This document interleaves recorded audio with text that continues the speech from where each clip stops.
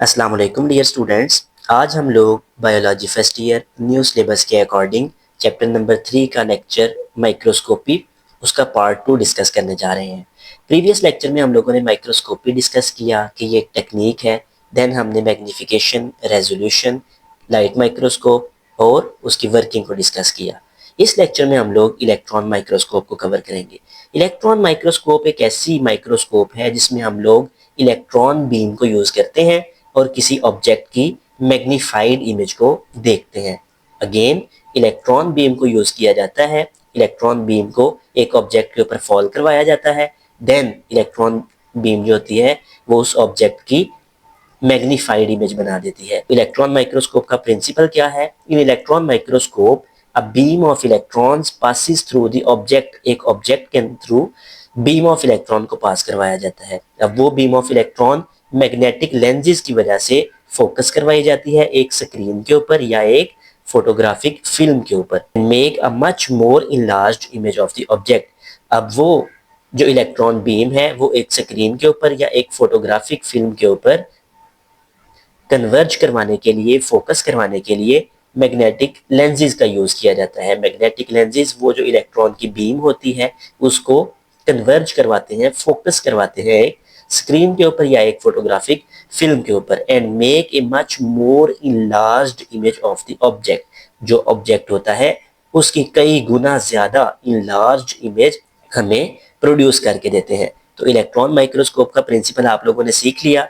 आ जाए अब इसकी रिजॉल्विंग पावर के ऊपर। इलेक्ट्रॉन माइक्रोस्कोप की रिजॉल्विंग पावर बहुत ज्यादा है डियर स्टूडेंट्स। ये लाइट माइक्रोस्कोप से भी काफी ज्यादा है। ये है जी 0.2 नैनोमीटर्स। 1 नैनोमीटर की बात की जाए तो ये 1 इंटू 10⁻⁻⁹ मीटर्स के इक्वल होता है। 10⁻⁹ को आप 10⁻⁻⁶ एंड 10⁻⁻3 लिख सकते हैं। अब ये 10⁻⁻3 आप लोग जानते हैं मिली के लिए प्रीफिक्स यूज होती है, तो कर लें जी 1 इंटू 10⁻⁻6 मिलीमीटर लिख लें इसको।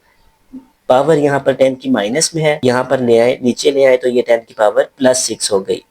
तो ये 1/1 मिलियन मिलीमीटर के इक्वल आ गया जी आप लोगों के पास। रिजॉल्विंग पावर आपने देखा इलेक्ट्रॉन माइक्रोस्कोप की 0.2 नैनोमीटर है और 1 नैनोमीटर को आप लोग मिलीमीटर में अगर लिखना हो तो 1/1 मिलियन मिलीमीटर में लिखते हैं आप लोग। लिमिटेशन ऑफ इलेक्ट्रॉन माइक्रोस्कोप, ये क्या चीज है जी? इलेक्ट्रॉन माइक्रोस्कोप में हम जो ऑब्जेक्ट स्टडी करते हैं वो बेसिकली डेड ऑब्जेक्ट्स होते हैं। ऐसा पॉसिबल नहीं है कि इलेक्ट्रॉन माइक्रोस्कोप के नीचे हम लोग किसी लिविंग ऑर्गेनिज्म को ऑब्जर्व कर सकें। Electron microscope can not be use for viewing और visualising living material. Living material को हम लोग इलेक्ट्रॉन माइक्रोस्कोप में विजुअलाइज नहीं कर पाते because of the methods needed to prepare the specimens. Let's say हमारे पास यहाँ पर कोई लिविंग ऑर्गेनिज्म है, इसको हम लोगों ने स्लाइड पर तैयार करनी है ताकि इलेक्ट्रॉन माइक्रोस्कोप के नीचे ऑब्जर्व करवाया जा सके। अब इस लिविंग ऑर्गेनिज्म के ऊपर जो प्रोसेसेस होते हैं उसमें फिक्सेशन का प्रोसेस है, देन एम्बेडिंग आ जाती है, यहाँ पर डिहाइड्रेशन है एंड इवेंचुअली यहाँ पर स्लाइसिंग है। ये सारे के सारे प्रोसेसेस इस एक ऑर्गेनिज्म के ऊपर करवाए जाते हैं ताकि एक स्लाइड तैयार करवाई जाए जिसको इलेक्ट्रॉन माइक्रोस्कोप में हम लोग ऑब्जर्व कर सके। अब ये एक लिविंग ऑर्गेनिज्म इन सारे प्रोसेसेस से जब पास करता है तो वो जिंदा नहीं रहता, वो डेड हो जाता है, वो एक डेड बॉडी में कन्वर्ट हो जाता है, उस ऑर्गेनिज्म की डेथ हो जाती है। तो ये बात हम लोग कहते हैं कि एक इलेक्ट्रॉन माइक्रोस्कोप में जिंदा ऑर्गेनिज्म हम लोग ऑब्जर्व नहीं कर पाते। क्यों नहीं ऑब्जर्व कर पाते? कि स्लाइड की प्रेपरेशन में जो मेथड्स यूज होते हैं वो मेथड उस ऑर्गेनिज्म को किल कर देते हैं। तो ये लिमिटेशन ऑफ इलेक्ट्रॉन माइक्रोस्कोप आप इसको बोल सकते हैं। नेक्स्ट मूव करते हैं जी इलेक्ट्रॉन माइक्रोस्कोप की टाइप्स के ऊपर। तो इलेक्ट्रॉन माइक्रोस्कोप्स की बेसिकली दो टाइप्स हुआ करती हैं, transmission electron microscope and scanning electron microscope. अब इनमें इनकी वर्किंग में डिफरेंस आएगा जी। ट्रांसमिशन इलेक्ट्रॉन माइक्रोस्कोप की बात की जाए, they are use to view internal structure of a cell. किसी सेल का अंदरूनी स्ट्रक्चर, अंदरूनी साख्त, एक सेल अंदर से कैसे का है उसको अगर आपने डिस्कस करना है, उसको विजुअलाइज करना है, उसको स्टडी करना है तो आप लोग ट्रांसमिशन इलेक्ट्रॉन माइक्रोस्कोप का यूज करेंगे।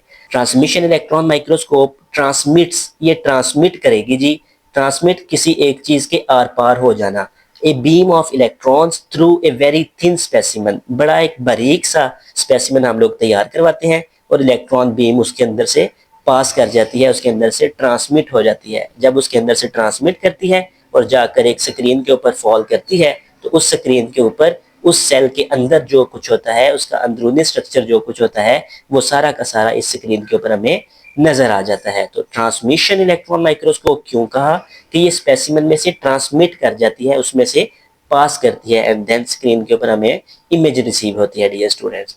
अब इसकी मैग्निफिकेशन पावर की बात कर ली जाए तो ये माइक्रोस्कोप 2.5 लाख गुना तक एक ऑब्जेक्ट को मैग्नीफाई कर सकती है, उसे इनलार्ज कर सकती है। अगर एक हमारे पास ऑब्जेक्ट है जिसकी 1 माइक्रोमीटर उसका साइज है, तो ये उसको 2,50,000 माइक्रोमीटर तक दिखा सकती है हमें, इतनी ज्यादा इनलार्ज इमेज ये प्रोवाइड कर सकती है हमें।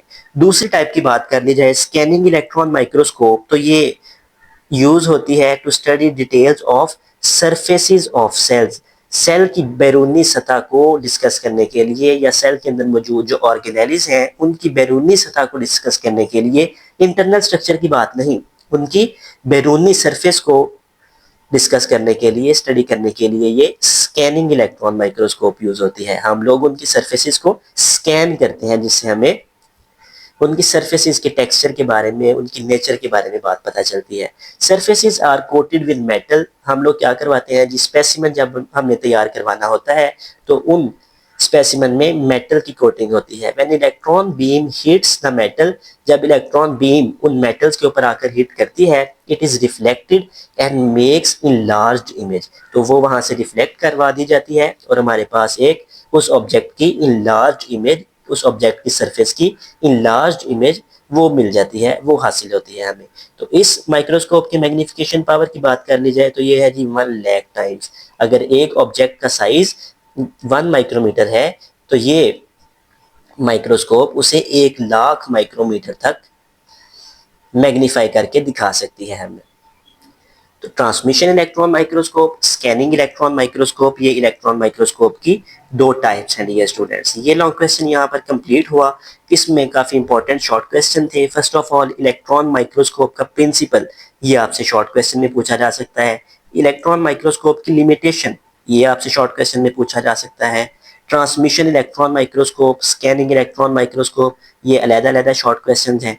अगर आपसे कहा जाए कि इलेक्ट्रॉन माइक्रोस्कोप की डेफिनेशन बताएं, उसका प्रिंसिपल बताएं और उसकी टाइप्स एक्सप्लेन करें, तो आप एज ए लॉन्ग क्वेश्चन भी आपसे पूछा जा सकता है। एमसीक्यूज के पॉइंट ऑफ व्यू से ये resolving power, then magnification power of TEM और मैग्निफिकेशन पावर ऑफ एससीएम, ये पूछे जा सकते हैं। तो ये बोर्ड के पॉइंट ऑफ व्यू से काफ़ी इंपॉर्टेंट टॉपिक है, इसको आप लोग अच्छे से प्रिपेयर कीजिएगा। तो आई होप सो कि आपको सारे के सारे पॉइंट्स क्लियर हो गए होंगे। अगर आपका कोई क्वेश्चन है तो आप लोग कमेंट सेक्शन में पूछ सकते हैं।